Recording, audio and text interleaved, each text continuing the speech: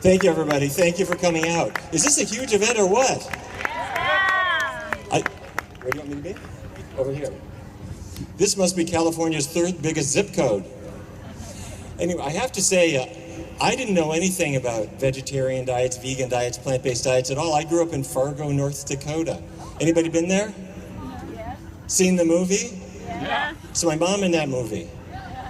What happened to me was the year before I went to medical school, I had a job in a hospital in Minneapolis. And my job was to work in the hospital morgue. Whenever anybody would die in the hospital, their body would be delivered to the morgue. And my job was to help the pathologists do the examinations. They would do the autopsies. But that pathologist knew that I was going to go to medical school. So he wanted to make sure I didn't miss anything. And one day we had a man die in the hospital of a massive heart attack, probably from eating hospital food, but that's another story. Anyway, the pathologist took a section of ribs off the front of the chest, which you don't do with great delicacy. You just go crunch, crunch, crunch through the ribs on this side and crunch, crunch, crunch through the ribs on this side. Pull the ribs off, put them on the table, and that exposes the heart. And he sliced open a coronary artery. Whoops. Sliced open and he said, have a look inside. And I looked inside this coronary, and what I found was it was hard like a rock. It was like concrete. And he said, that's cholesterol. That came from your bacon and eggs, Neal.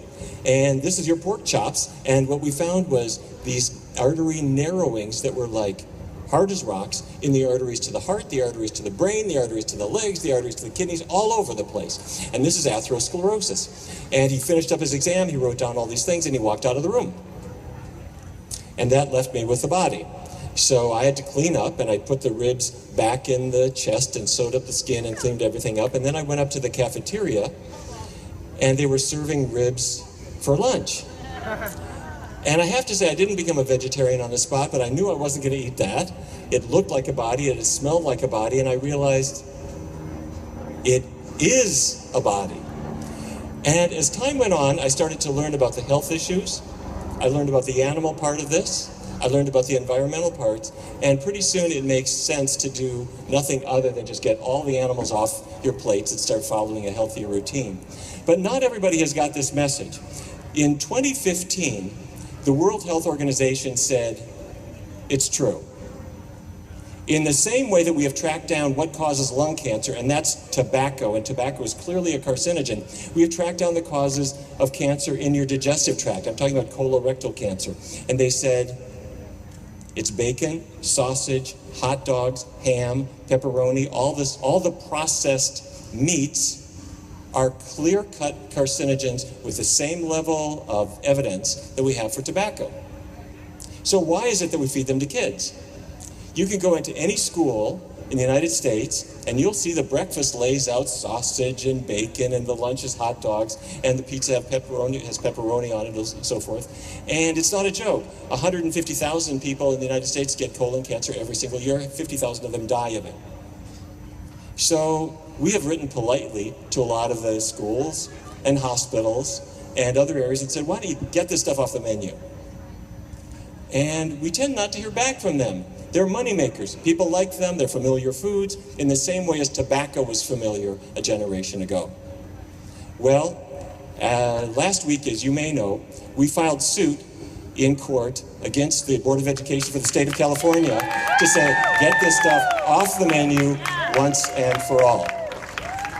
Now, the Physicians Committee is not afraid to go into court. We did in the year 2000, when the dietary guidelines were being changed to decide what every kid should eat in every school, we found that of the 11 members on this committee, 6 of them had financial ties to the dairy industry, the meat industry, the egg industry. We went into court and said, this is not right. And they may have 6 lawyers on their side, we may have 1, but it helps if you're right. And the judge looked at us and said, it's true. You cannot make federal food policy that way. We won that lawsuit, and things aren't perfect yet, but they are moving along. It's not your imagination. There are more and more people adopting this, more and more people saying, yes, this is the right way to go. Is this not true? 10 or 20 years ago, you'd go into a health food store. It was a little dark place. The cashier was named Sunshine. They were playing folk music. You had tie-dye clothes, and all the products were sort of dusty. There were a few. Today, You go into a health food store, it's huge. They aren't playing folk music anymore. And there are so many fantastic products. There are replacements for absolutely everything.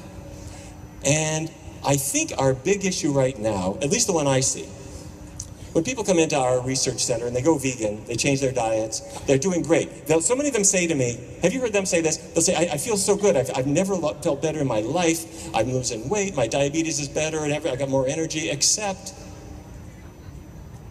the one thing I really miss is cheese. Have you heard that?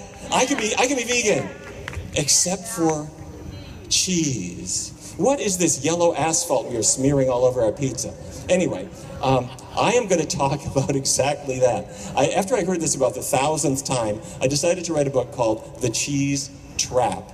And at 3 o'clock today, I'm giving a lecture over in the Vegspiration tent where we're going to talk about what this is, why it's so bad for us, what it does to our brain, what it does to your hormones in your body, what it does to the animals, what it does to the environment, and then I'm going to play a little music for you too. If I can't reach your brain, I'm going to reach your heart, we're going to reach your gut some way. The only thing I have to say, the only other thing I want to say is that many people will say, you can't go very far with a vegetarian or vegan movement. You can't go very far with the plant-based movement because there are a lot of people making money off of this. There are a lot of people who just love meat and so forth. They love dairy. I get that. But there are a lot more worried parents and worried teachers and worried principals and people who want this country to be healthier. There are a lot more people who have a heart for animals, but what they're not doing is speaking up.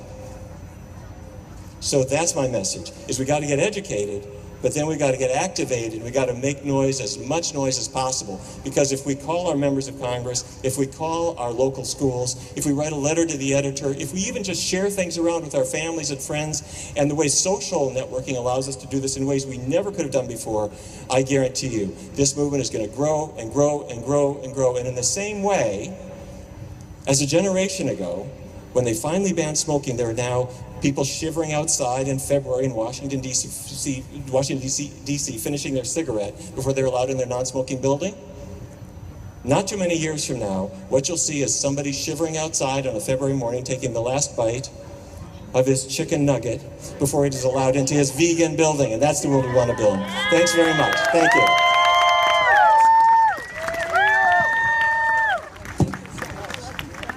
Dr. Neal Barnard, wasn't he fantastic? Seriously.